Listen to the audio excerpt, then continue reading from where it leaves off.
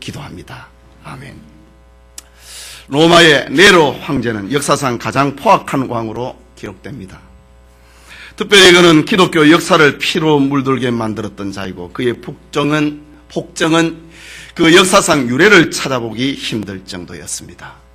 그의 포악함은 신하의 아내를 겁탈을 하고 부인에게 누명을 씌워 증기찜으로 그를 죽였고 어머니를 무참히 죽이고도 모자라서 자기가 낳은 아들을 바닷속에 던져서 죽였습니다. 또한 자신의 마음에 조금이라도 어긋나는 부하들은 모조리 죽이고 로마시에 불을 질러놓고 백성들이 화염에 휩싸여 고통스럽게 죽어가는 광경을 보고 실을 얽고 술을 마셨던 사람입니다. 그는 또 로마의 대화재로 시민들의 분노가 충천을 하자 기독 신자들에게 방화 혐의에 누명을 씌워서 대학살을 자행합니다.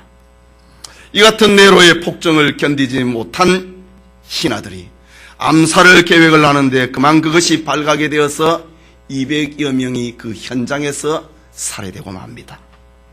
뿐만 아니라 밀란이 도처에서 일어나고 스페인의 군대가 쳐들어왔을 때 로마의 군대는 오히려 스페인 군대와 합세를 해서 도망치는 네로를 잡습니다. 사태가 위급해지자 네로는 벌거벗 끼우고 맞으며 교수형에 처해지느니 차라리 자결하는 것이 낫다고 생각을 하고 스스로 숨을 끊으려 하지만은 목에 꽂은 그의 칼이 빗나감으로 자기가 죽지 못하고 신하의 손에 죽임을 당합니다. 그때의 네로의 나이가 불과 31살이었습니다. 그는 참으로 대로마 제국의 황제로서 하늘 아래 아무것도 두려운 것이 없었고 권세와 부를 누리며 악을 자행했습니다. 하지만 하나님의 진노의 심판 앞에서 그도 어쩔 수 없는 나약한 인간이었습니다. 성도님, 이런 피해의 역사가 2000년 동안 반복이 되고 있습니다. 그러나 하나님은 이런 악한 인류 역사를 심판을 계획을 하시고 어린 양 예수님이 결국 자기 백성을 구원하고 악인들을 심판하는 것입니다. 계속되는 본문을 봅니다. 어린 양 예수님이 이제 6째 인을 떼십니다.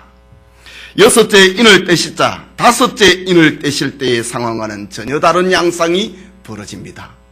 우리 지난 시간에 살펴보았듯이 5째 인을 떼실 때의 그 재앙은 하늘나라에 있는 광경이었는데 이 땅의 순교자들이 하늘의 제단 아래에서 우리의 원통함을 신원하여 주기를 어느 때까지 하시나이까. 순교자들의 탄원, 다른 표현으로 하면은 교회가 받은 재앙에 대한 것이 그 5번째 인을 떼실 때에 일어난 현상입니다.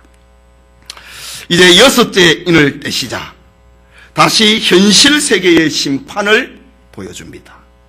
그 장면은 지구촌에 일어나는 미혹이나 전쟁이나 기금이나 죽음 정도가 아니라 이제는 우주가 무너지는 광경을 보여주십니다. 그것은 예수님의 감람산 설교에서도 잘 나타났는데 그날 환난 후에 즉시 해가 어두워지고 그 5째 인은 교회의 환난입니다. 그게 대환난입니다. 그 환난 후에 즉시 해가 어두워지고 달이 빛을 내지 아니하며 별들이 하늘에서 떨어지며 하늘의 권능이 흔들리더라 라는 예수님의 감람산 설교와 오늘 요한계시록 6장 12절에서 17절에 나타나는 종말의 현상과 같은 것입니다. 본문의 재앙은 종말에 있을 마지막 재앙이면은 틀림이 없습니다. 아직 7째 인이 남았는데 7 나팔 재앙이 남았고 7 대접 재앙이 남았는데 벌써 끝인가? 끝은 맞습니다. 그러나 7 나팔 재앙과 7 대접 재앙은 이 7 인 재앙에 대해서 다른 각도로 보여주고 있는 것입니다. 하늘이 무너졌다, 땅이 없어졌다, 그럼 끝나는 거지 않습니까? 이 6번째 재앙은 끝입니다. 7번째 재앙이라고 하는 것은 새로운 나팔 재앙으로 나가는 것이고 7번째 나팔 재앙이라고 하는 것은 7 대접 재앙으로 나아가는 것이기 때문에 실질적인 것은 6째가 끝인 것입니다. 계속되는 요한계시록 강해 7인을 떼심, 오늘 인재앙의 마지막이라 할 수 있는 우주적 재앙이라는 제목으로 말씀받고자 합니다. 우주적인 재앙이라고 하는 것은 하늘과 땅의 천지에 일어나는 재앙입니다. 큰 지진이 일어난다 라고 합니다. 본문 12절에 내가 보니 6째 인을 떼실 때에, 이 인을 누가 떼시지요? 6장 1절에 나왔지요. 내가 보면 어린 양이 7인 중에 하나를 떼시는 그때에, 그 인은 예수님이 떼는 겁니다. 예수님이 그 인을 떼는데 6번째 인을 예수님이 지금 떼고 있다.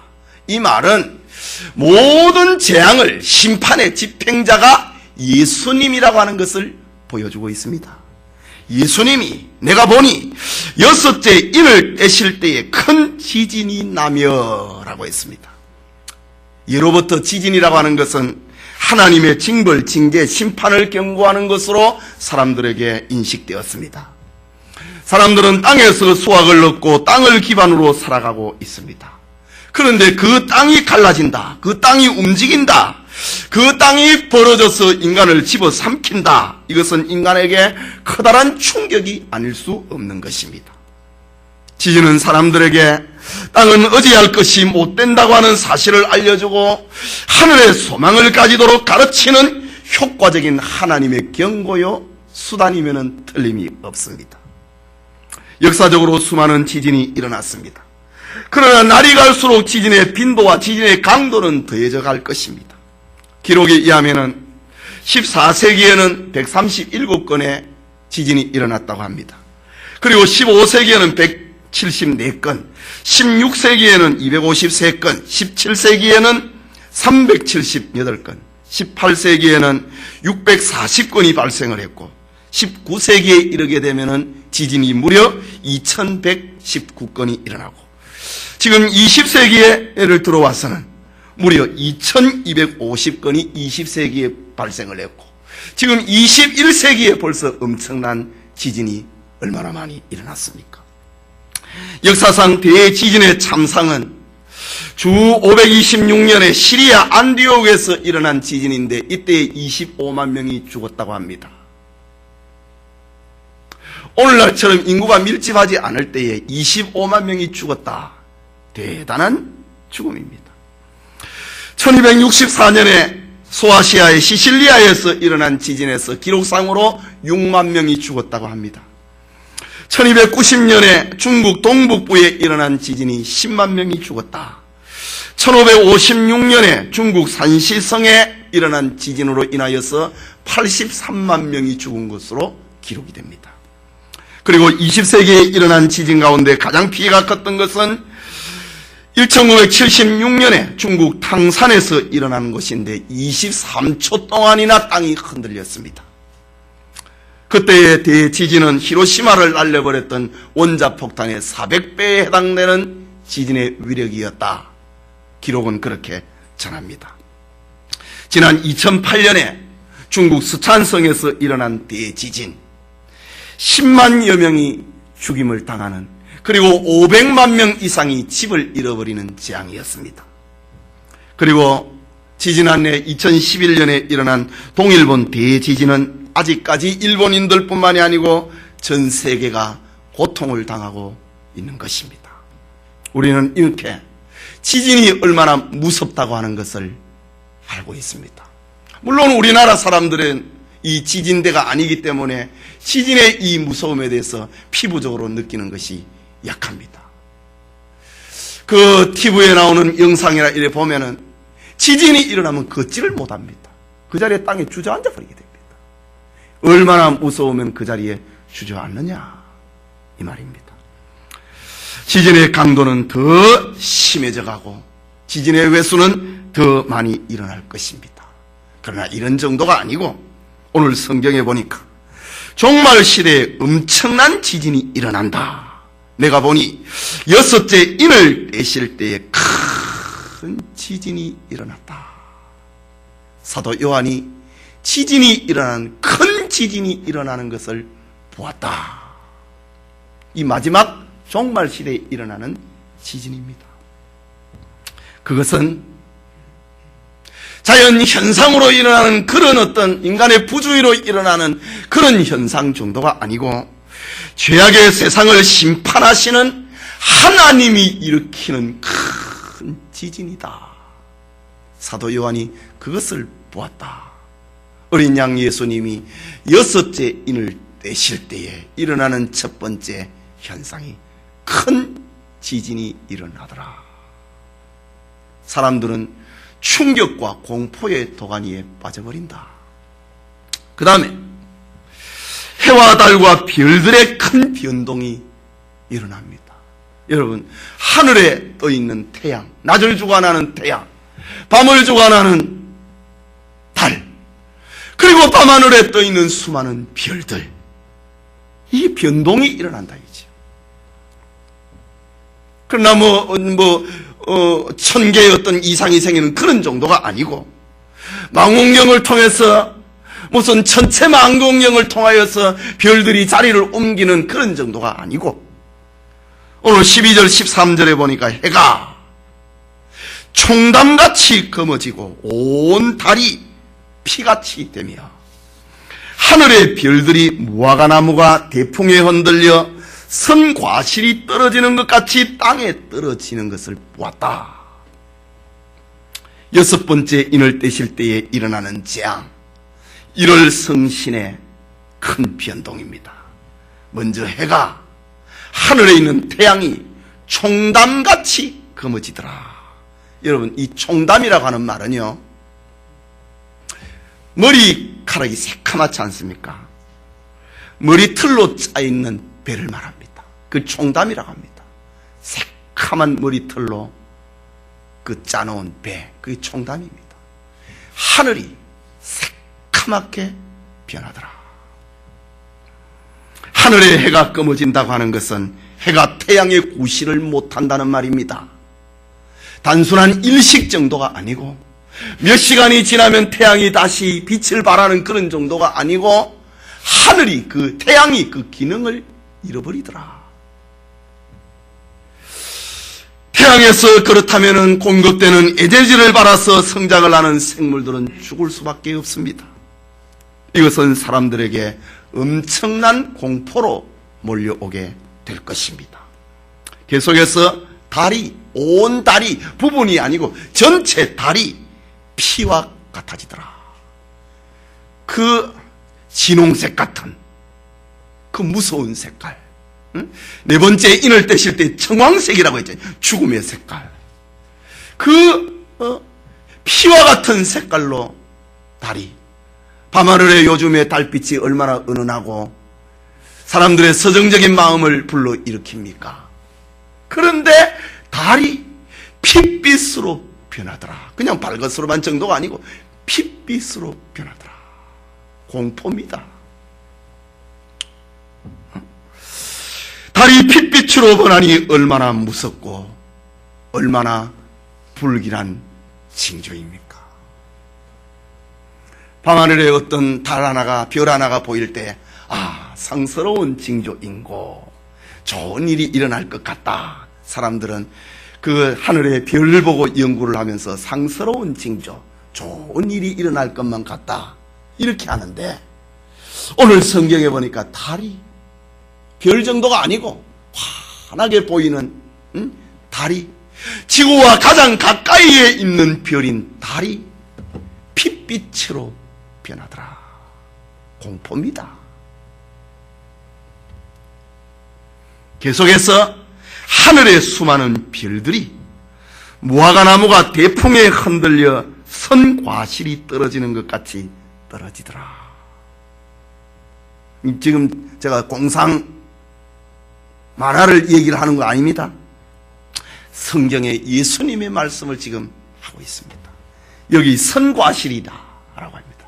선과실, 무화과나무에 잎이 나오기 전에 열매부터 먼저 나오는 과실을 선과일이라고 합니다. 그런데 이 선과일은 나중에 결실이 안 됩니다. 과일이 안 됩니다. 바람이 불면 그게 다 떨어지게 되어 있습니다. 그리고 나중에 잎이 익고 난 다음에 다시 꽃이 피고 열매가 맺힐 때 그것이 무화과 열매가 됩니다. 선과실. 잎이 나오기 전에 열매가 먼저 맺혀서 바람이 불면은 두두둑 떨어지는 것처럼 사도 요한은 하늘의 별들이 바람에 흔들려서 아무런 힘이 없이 땅으로 떨어지는 별들이 그렇게 떨어지는 광경을 보았다. 예수님의 감람산 설교인 마태복음 24장 29절에도 그날 환난 후에 즉시 해가 어두워지며 달이 빛을 내지 아니하며 별들이 하늘에서 떨어지며 하늘의 권능들이 흔들리더라. 하나님의 통치, 하나님의 간섭이 우주를 잡고 있는데 하나님이 놔버린다. 하늘의 권능이 흔들려서 모든 질서가, 하늘의 별들의 질서가 파괴되고 하늘의 별들이 떨어지더라. 요즘 저 하늘에 떠 있는 위성이, 집채만한 위성이 어느 나라에 떨어질까, 그것을 지금 연구를 하고, 그 떨어지는 장소가, 그 장소가 수십만 분의 1이라고 하는 그 확률이 때문이라도 겁을 내고 있는데, 하늘의 별들이 하늘에서 익지 못한 과일처럼 떨어지더라. 위성 하나가 떨어져도 사람들은 어디에서 떨어질까 겁을 내는데 하늘의 별이 떨어진다고 생각을 해보십시오. 그 장면, 그 공포가 얼마나 큰 충격이겠습니까? 이거는 뭐 사람의 언어로는 표현할 수 없는 겁니다. 하늘의 태양이 꺼머져 버린다. 밤하늘의 달이 핏빛으로 변한다. 하늘의 별이 선과일처럼, 그 꼭다리에 힘을 잃어버린 선과일처럼 바닥으로 떨어진다. 이거는 사람의 언어로 표현할 길이 없습니다. 충격과 공포라고 해야 될 것입니다. 그것뿐만이 아닙니다. 하늘과 땅과 바다에 큰 변동이 일어납니다. 14절에 하늘은 종이 축이 말리는 것 같이 떠나가고 각 산과 섬이 제자리에서 옮기움에, 이 지금 마지막 재앙입니다. 하늘이 종이 축이 말리는 것처럼 떠나간다. 지금 밤하늘을 볼 때 새파랗게, 낮에는 요즘은 청고마비의 계절이라 해서 하늘이 요즘 얼마나 푸르고 맑습니까? 그런데 저 푸른 하늘이 없어져 버리더라. 이제. 그러면 저 우주 공간에, 캄캄한 우주 공간에 한 지점처럼 돼버리고 마는 겁니다. 새파란 하늘이 없어지는데 그 장면이 어떻게 되더라? 하늘은 종이 축이 말리는 것 같이 떠나가 버리더라. 우리 일반 이런 책을 가지고는 이해가 잘 안 됩니다. 이 1세기에 이 성경이 기록이 될 때 책은 두루마리입니다. 양쪽에 축이 있고요. 그리고 가죽 종이에다가 길게 펴서 글씨를 사서 둘둘둘둘둘 맞습니다. 가죽으로 하기도 하고 또 파피루스 종이를 가지고 하기도 합니다. 근데 이 책을 이렇게 쭉 펴놓고 책을 보다가 어느 날 갑자기 실수로 해서 가운데가 찢어져 버렸다. 그러면 종이는 뭐라 그럽니까? 말려 들어가는 그 힘에 의해서 싹 빨려 들어갈 겁니다. 하늘이 그렇게 양쪽으로 빨려가 버리더라. 요한이 본 마지막 대재앙입니다. 장차 사람들이 상상할 수 없는 대혼란을 예고하고 있습니다. 뿐만 아니라 각 산과 섬이 제자리에서 옮겨져 버린다. 산이, 저 남산이, 저 관악산이 그 자리에서 옮겨져 버린다. 저 강화도 섬이, 제주도 섬이, 저 하와이 섬이 그 자리에서 옮겨져 버린다. 일반적으로 산이라고 하는 것은 영구히 움직이지 아니하는 항상 그대로의 모습을 간직을 하고 사람들에게 그렇게 인식이 되어 왔습니다. 그래서 우리 고려 말에 길제 시인의 시 가운데 500년 도읍지를 필마로 돌아더니 산천은 의구한데 인골은 간데없다.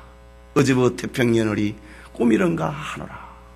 사람은 다 없어져 버리고 산천은 그냥 있다.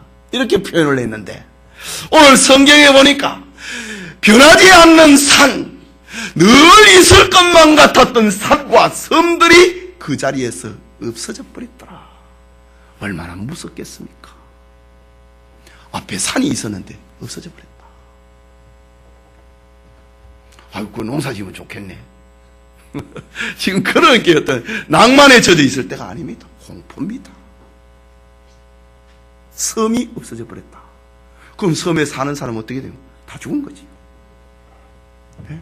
이런 일이 벌어진다 라고 합니다. 사람들은 산은 없어지지 않는다. 봐라, 옛날부터 그대로 있지 않느냐. 이것을 말을 하면서 종말이 어디에 있느냐? 사람들은 그렇게 말을 합니다. 그러나 오늘 성경 말씀은 하늘도 하나님의 심판 앞에서 떠나가 버리고 산과 선이 옮겨지고 실로 엄청난 변화, 사람의 이성으로는 이해할 수 없는 대재앙이 일어난다 라고 합니다. 이제는 하늘이 하늘의 구실을 못하고 산과 바다도 땅도 제 기능을 하지 못하는 종말의 재앙입니다. 이런 재앙은 환경의 지배를 받고 사는 사람에게는 공포 그 자체입니다. 우리나라에 태풍이 일어날 때에 겁이 나지요. 저 바닷가에 일어나는 태풍 정말 겁납니다. 제가 어느 해인가 차를 타고 저 거제도를 간 적이 있었습니다. 거제도에 이런 산모랑지를 밤 시간에 지나가는데 그때 마침 태풍이 불었어요. 저 바다가 나를 삼키면 어떡하나. 정말 겁이 납니다. 제가 결혼하기 전에 저 석촌 호숫가에 아파트에 살았는데요. 홍수가 막 비가 엄청나게 오니까 석촌 호수가 상둥이 호수입니다. 지금 롯데 놀이기구 있는 그 상둥이 호수입니다. 비가 엄청 오니 그 앞에 아파트 있었거든요. 거기 살았거든요. 비가 계속 오니까요. 아유, 저 호수가 너무 멋자지. 밤에 호숫가를 옆으로 걸어가는데 겁이 나요. 자연의 공포라고 하는 건 무시 못합니다. 여러분 신문 뉴스를 보셨지요? 어제 오늘 저 필리핀에 일어나는 대홍수, 하이엔이라고 하는 이름이 붙여있는 슈퍼 태풍이라고 합니다. 그 태풍의 속도가 380km입니다. 바람의 속도가 380km입니다. 오늘 신문을 제가 보니까 12,500명 이상이 죽은 걸로 어제하고 오늘입니다. 그 태풍에 보니까 집이 그냥 무너졌던 거예요. 지금 바로 우리 지구촌 바로 이 시간 저 건너편 필리핀 북부에서 일어난 슈퍼 태풍이 그렇습니다. 자연은 이렇게 무서운 것입니다. 그러나 이런 정도가 아니고 하늘에 별이 떨어진다. 그 별 하나가 떨어져서 바다에 떨어지면 어떻게 됩니까? 해일이 일어납니다. 다 죽습니다. 하늘의 태양이 총담같이 검어진다. 까만 머리털처럼 변해지더라. 얼마나 겁이 나겠습니까? 밤하늘의 달이 노랗고 은은한 색깔이 아니라 핏빛으로 변하더라. 아유, 어떻게 되느냐 이지요. 공포입니다. 그때 밥이 넘어가겠습니까? 물이 넘어가겠습니까? 안 넘어갑니다. 사람은 공포에 빠지면은요 아무 기능을 못합니다. 요즘 젊은 사람들 유행하는 언어 가운데 멘붕이라고 하는 거, 정신이 붕괴돼 버렸다. 그 정도가 아닙니다. 종말의 상황에서는 말입니다. 그러나 성도들이 두려워하지 말아야 될 것은 이 재앙은 하나님께서 자기 백성을 위하여서 새하늘과 새 땅을 주시기 위해서 일으키는 재앙이다. 처음 하늘과 처음 땅을 청산해버리는 하나님의 심판입니다. 사도 베드로도 종말에 대하질 재앙에 대해서 예언을 했습니다. 베드로전서 3장 10절에서 13절에 주의 날이 도적같이 오리니 그날에는 하늘이 큰 소리로 떠나가고 체질이 땅입니다. 체질이 뜨거운 불에 풀어지고 땅과 그 중에 있는 모든 일이 드러나리로다. 하나님의 날이 임하기를 바라보고 간절히 사모하라. 그날에 하늘이 불에 타서 풀어지고 체질이 뜨거운 불에 녹아지려니와 우리는 그의 약속대로 의에 거하는 바 새 하늘과 새 땅을 바라보도다. 그리스도 밖에 사는 사람들은 정신이 붕괴되어 버리지만, 그러나 지금 베드로는 흩어진 성도들을 향하여서 편지하기를 오히려 그날을 바라보고 그날을 사모하면서 살아라. 이 땅이 없어져야 성도들이 살 수 있는 새하늘과 새 땅이 도래할 것이다. 한결같이 선지자와 사도들이 예언을 하고 있는 것이 새 하늘과 새 땅이 온다라는 것입니다. 하나님께서 이런 일들을 권능으로 감행을 하시는 이유가 무엇인가? 그것은 하나님께서 사랑하는 백성을 박해한 폭군도를 향한 심판입니다. 저들의 정신세계가 붕괴되고 마는 그런 일들이 벌어진다. 하나님이 주신 믿음과 소망을 가지고 있는 사람에게는 그것은 오히려 소망의 날이요 축복의 날인 것입니다. 예배드리는 성도님들이 이 여섯째 재앙의 해를 받지 않기를 소원합니다. 이 여섯 번째 재앙을 아이고 겁이 나라 이것이 아니고 이것이 빨리 지나가야 주님의 새 나라가 도래한다. 이것은 주님을 믿는 사람만이 이 환난을, 이 공포를 견딜 수 있다 이거죠.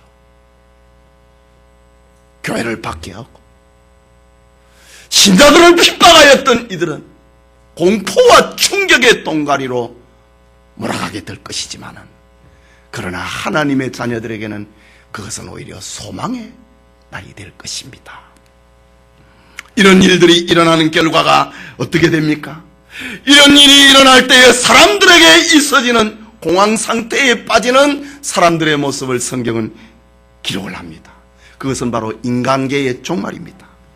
여섯째 인을 떼실 때 일어나는 이 우주적인 재앙은, 우주가 무너지는 이 재앙은 이 땅에 사는 사람들에게로 그 영향력이 향하고 있습니다. 15절에 땅의 임금들과 왕족들과 장군들과 부자들과 강한 자들과 각종과 자주자가 굴과 산, 바위 틈에 숨어 들어간다 라고 합니다. 좀 더 구체적으로 이 7종류의 인간상을 살펴볼 필요가 있습니다. 먼저 땅의 임금들입니다. 이들은 땅의 권세를 잡은 자들로 사탄과 연합을 하여서 하나님을 대적을 하였던 이들입니다. 백성들을 미혹을 하고 우상숭배로 온갖 죄악을 저질렀던 이들입니다. 이들은 한편으로는 권력과 명예를 추구하였던 자들이고, 저들은 지상에서 최고의 권세를 행사하면서 하나님을 도전하고 사람들을 미혹하고 교회를 잔해했던 사람들입니다. 당시에 네로와 같은 폭군이요, 사도 요한이 이 성경을 기록을 하였을 때 요한을 잡아가지고 저 밤모섬에 유배를 시켰던 도미시안 황제와 같은 자들입니다. 그 다음에 왕족들이라고 합니다. 이들은 고급 관리를 총망라하는 것입니다. 이들은 고급 관리 그리고 궁중신하들인데 왕과 더불어서 하나님을 대적을 하고 성도들을 핍박하였던 주체 세력들입니다. 저들은 땅의 임금들과 그 밑에서 호사 생활을 했던 사람들입니다. 저들은 온갖 권력을 남용을 하여서 백성들의 피를 빨고 교회를 박해하면서 전도자들을 멸시했던 자들입니다. 저들이 정신세계가 붕괴가 돼갖고 땅 속으로 숨어 들어간다 이제. 굴 속으로, 바위틈 속으로 기어 들어간다. 셋째로 장군들이라고 합니다.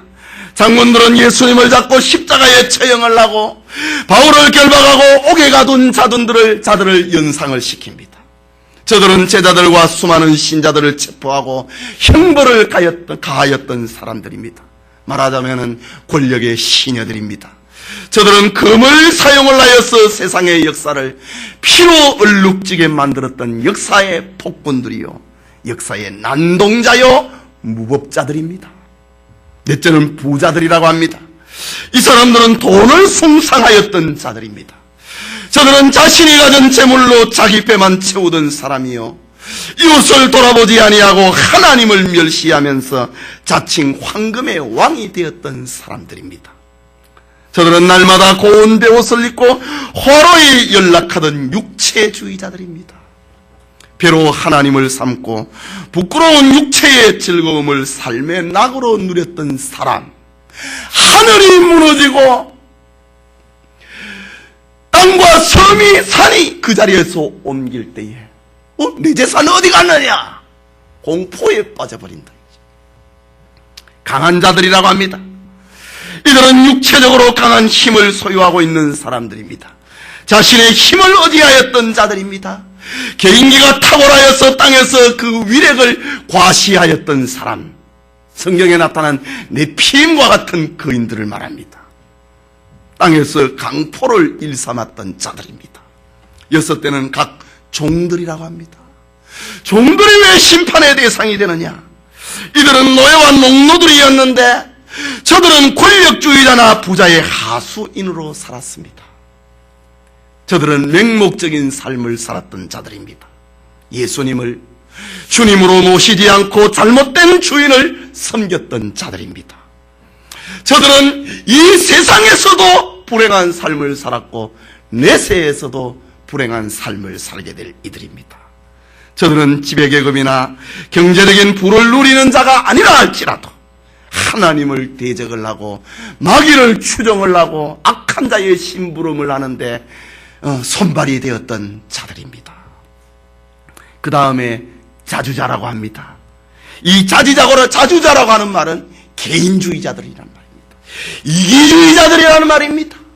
자기만을 아는 사람들입니다. 자기를 믿고 자기가 왕이 되어서 살던 사람, 다 심판의 대상이 된다고 합니다. 이들은 모두는 다 요한계시록 21장 8절에 나오는 사람들인데 두려워하는 자들이고 불신앙하는 자들이고 흉악자들이고 살인자들이고 행음하는 자들이고 술객자들이고 우상숭배자들이고 거짓말하는 자들이고 다 세상주의자들입니다. 저들 모두는 세상과 자기를 태산처럼 믿고 하나님을 부인했던 사람들입니다. 그러나 마지막 하나님께서 이 우주를 청산을 하실 때에 저들이 공포 가운데 빠지게 될 것이다. 본문에 보면은 저들에게 임할 재앙이 등장을 하고 있는데 그 재앙은 누구로부터 시작이 되는 재앙인가? 16절에 보니까 어린 양의 진노에서 우리를 가리우라. 어린 양 예수님이 지금 진노했습니다. 어린 양, 그러면 보통 희생과 온유와 친절과 사랑과 겸손의 상징입니다. 그렇기 때문에 어린 양의 진노, 이것은 이율배반처럼 그렇게 보여지기도 합니다.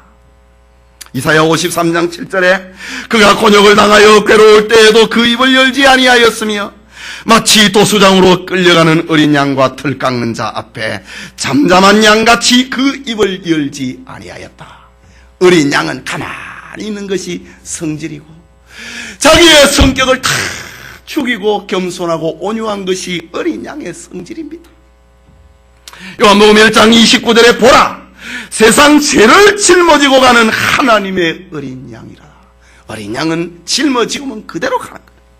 마태복음 11장 29절에 나는 마음이 온유하고 겸손하니 나의 멍에를 메고 내게 배우라. 그러면 너희 마음이 힘을 얻으리라. 예수님은 온유하고 겸손한 분이었습니다. 마태복음 12장 20절에 상한 갈대를 꺾지 아니하시며 꺼져가는 심지를 끄지 아니하시기를. 어린 양 예수님의 모습은 늘 이런 분이었습니다. 오늘 낯설교처럼 죽음을 보고 같이 우시는 예수님. 내가 너희 가운데 내가 너희를 사랑하는데 내가 울기까지 너희를 사랑하고 있다고 하는 어린 양 예수님의 모습입니다. 그런데 이제 본문에서는 어린 양의 진노라고 표현을 합니다. 전혀 예수님의 다른 모습입니다. 십자가에 못 박기까지 자기 몸을 내어준 그런 예수님이 아니라 진노하시는 예수님이다. 그 심각성을 알려주고 있습니다. 평소에 맹수가 진노했다면 그럴 수 있었겠구나 하겠지만 한 번도 화를 내지 않았던 어린 양 예수님이 온유와 겸손과 친절과 사랑의 대명사였던 예수님이 진노하신다. 그 진노는 한 번 있는 진노요, 그 진노는 가장 무서운 진노입니다. 두려운 진노는 온유하고 겸손한 자의 진노입니다. 그렇게 순한 사람이요, 한번 화나면 무섭다 이런 말이 있잖아요. 어린 양 예수님이 화났다 이거죠. 크게 진노했다. 하늘에 태양이 검게 만들어버리고 달을 핏빛으로 만들어버리고 하늘의 별을 땅에 던져버리고 푸른 하늘이 종이가 축에 말려서 양쪽으로 사라져버리는 것처럼 하늘이 없어져버리고 파란 하늘이 없어져버리는 이런 진노가 누구의 진노인가?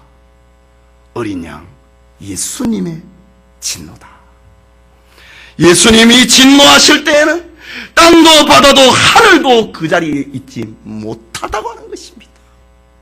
그냥 단순한 화 정도가 아닙니다. 어린 양 예수님이 마지막에 진노하실 때에 하늘을 없애버리고 땅을 없애고 하늘의 해와 달과 별들의 기능을 없애버린다.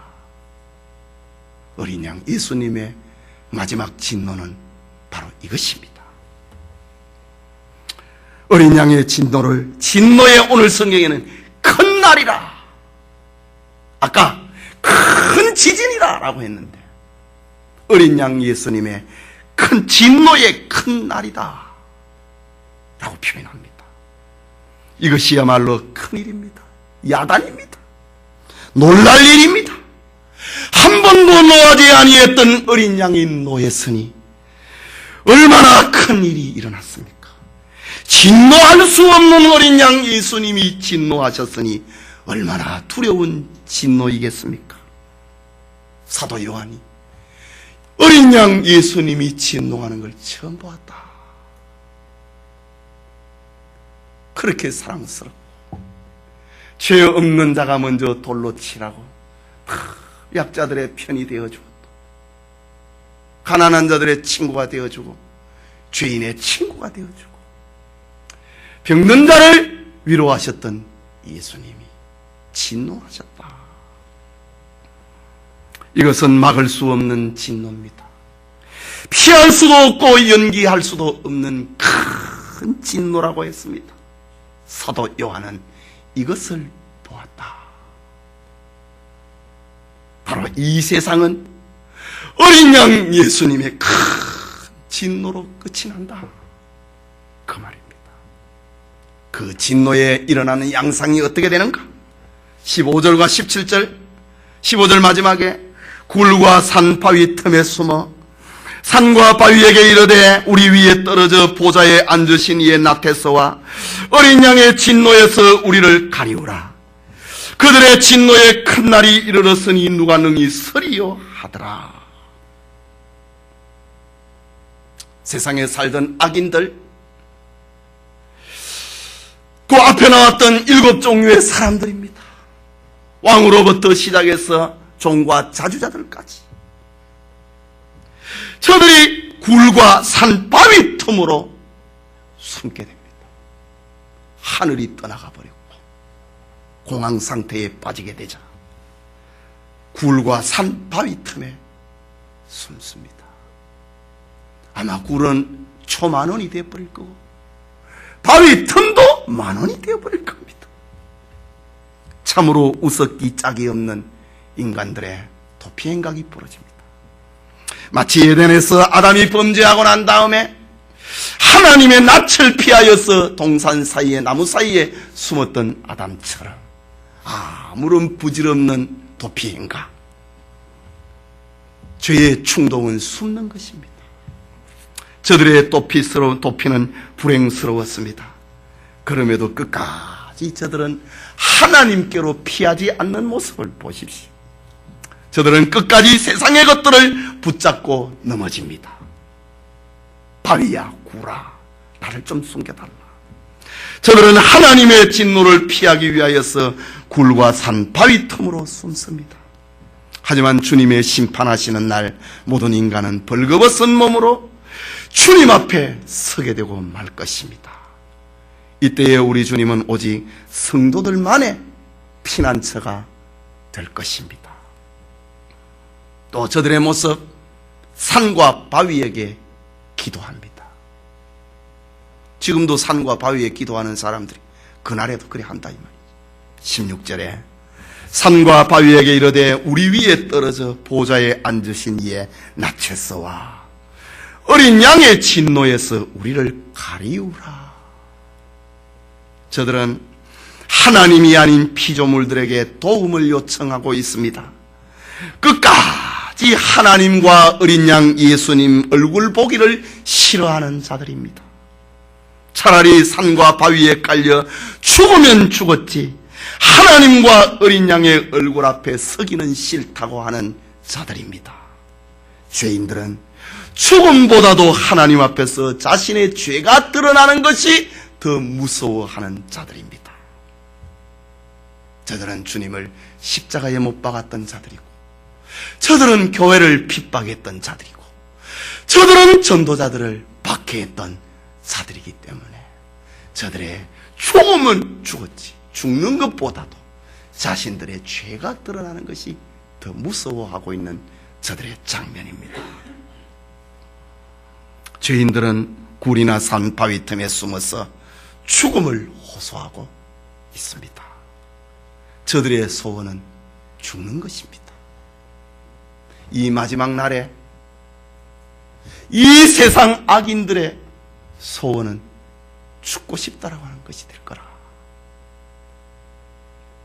우리를 좀 죽여달라.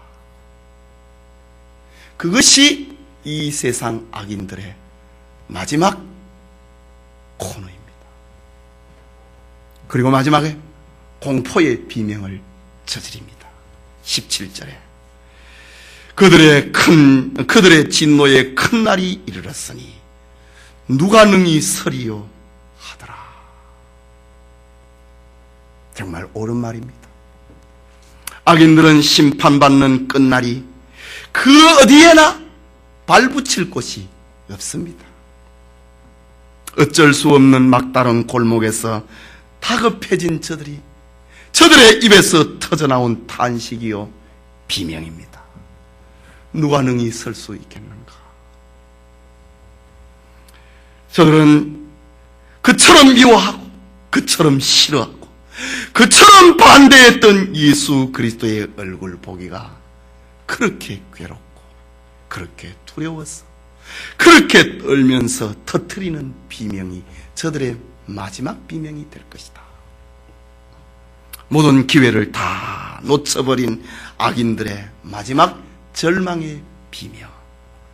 누가 능히 그 앞에 설 수 있겠는가? 어린 양 예수님의 진노 앞에 설 수 있는 자가 누구이겠는가? 갈 곳을 잃어버린 최후의 코너에 몰린 자들의 비명, 도와줄 사람이 없는 저들의 최후. 그래서 산과 바위에게 그것이 무너져서 우리를 좀 죽여달라고 하는 저들의 소원입니다. 계시록 6장 9절에 나팔재앙의 이 장면을 다시 다른 각도에서 조명을 하는데 9장 6절에 그날에는 사람들이 죽기를 구하여도 얻지 못하고 죽고 싶으나 죽음이 저희를 피하리라. 예수님이 죽음도 가져가 버렸다. 죽고 싶어도 못 죽는다. 지옥이 그런 것이지. 죽고 싶어도 죽을 수 없는 것. 이 땅에서도 예수님이 재림을 할 때에 악을 행했던 저들도 그 고통이, 그 공포, 그 충격이 무서워서 죽고 싶어도 죽음이 저희들을 피해가 버리더라. 죽음이 저들의 마지막 양식처럼 느껴졌는데 그것까지도 저들을 피하더라 라고 합니다. 아무도 주님의 심판대 앞에 서고 싶지 않는 최후의 상황, 그러나 주님의 심판대 앞에 서야만 하는 이 세상 악인들의 모습입니다. 하지만 어린 양 예수님의 진노는 멸망받을 불신자들에게는 그렇게 무서운 것이지만은 하나님의 자녀들에게는 구원의 능력입니다. 고린도전서 1장 18절에 십자가의 도가 멸망하는 자들에게는 미련한 것이요 구원을 얻는 우리에게는 하나님의 능력이라. 그렇게 흔했던 교회, 그렇게 많이 있어도 가기 싫었던 교회, 내가 왜 그때 가지 아니했을까? 탄식을 하면서 죽고 싶어도 죽을 수 없는 상황이 벌어진다. 사도 요한이 보았던 마지막 종말의 상황입니다. 성도 여러분, 오늘을 살아가는 지구촌의 사람들은 가히 불가항력적인 대재앙 가운데서 시달리면서 공포와 불안을 직감을 하면서 살아갑니다. 21세기의 과학문명이 아무리 발달하여도 대자연의 이변 앞에서는 속수무책임을 우리는 지금 경험을 하고 있습니다. 그러나 어린 양 예수님께서 6째 인을 떼실 때에는 지금 인간들이 생각을 하고 추측을 할 수 있고 연구할 수 있는 것과는 전혀 다른 양상이 벌어진다. 전혀 다른 재앙이 임한다. 그것은 우주가 무너지는 재앙이다 라고 합니다.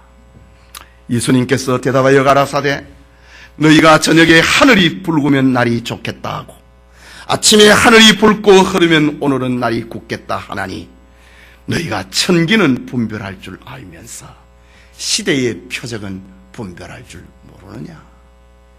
주님이 유대인들을 향하여서 들려주신 말씀입니다.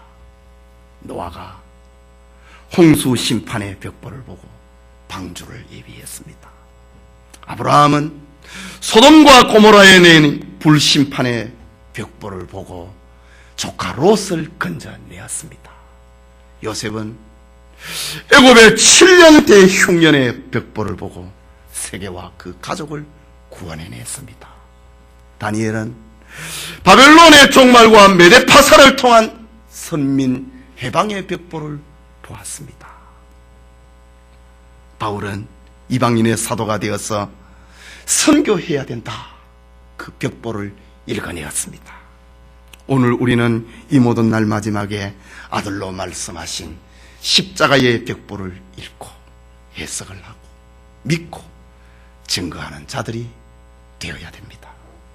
결코 이 세상 끝날은 그 누구에 의해서 지연되거나 포기될 수 없는 하나님의 주권에 속하는 영역입니다.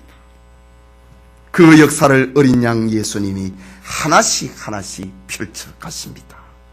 그렇다면 성도들은 이 세상 역사가 끝없이 이어질 것처럼 생각해서는 안 됩니다. 또 현실을 도피해서도 안 됩니다. 그렇다고 현실에 지나치게 집착해서도 안 됩니다.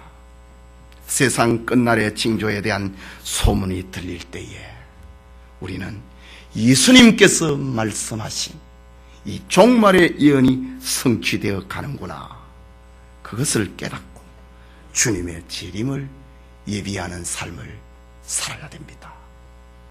이걸 알려준다 이거지. 대비하라고 하는 말입니다. 예비한다. 예수님의 재림을 대비한다. 어린 양의 큰 진노를 우리가 대비한다. 그것이 무엇입니까? 예수 그리스도는 하나님의 아들이시고 나의 구주로 믿고 영접하는 것입니다. 그렇다면 어린 양 예수님의 진노는 오히려 나의 피난처가 됩니다. 소망이 없는 다른 이와 같이 슬퍼하지 않는 것입니다. 우리의 삶 중에 주님의 말씀대로 사는 것입니다. 하나님께서 모든 은혜를 중단하시고 삶을 결산하는 그날이 있음을 기억을 하는 겁니다. 그날을 위하여 보물을 하늘에 쌓아두는 지혜로운 성도가 되는 것입니다. 이 은혜가 예배드리는 온 성도들에게 충만하기를, 잊혀지지 않기를 소원합니다.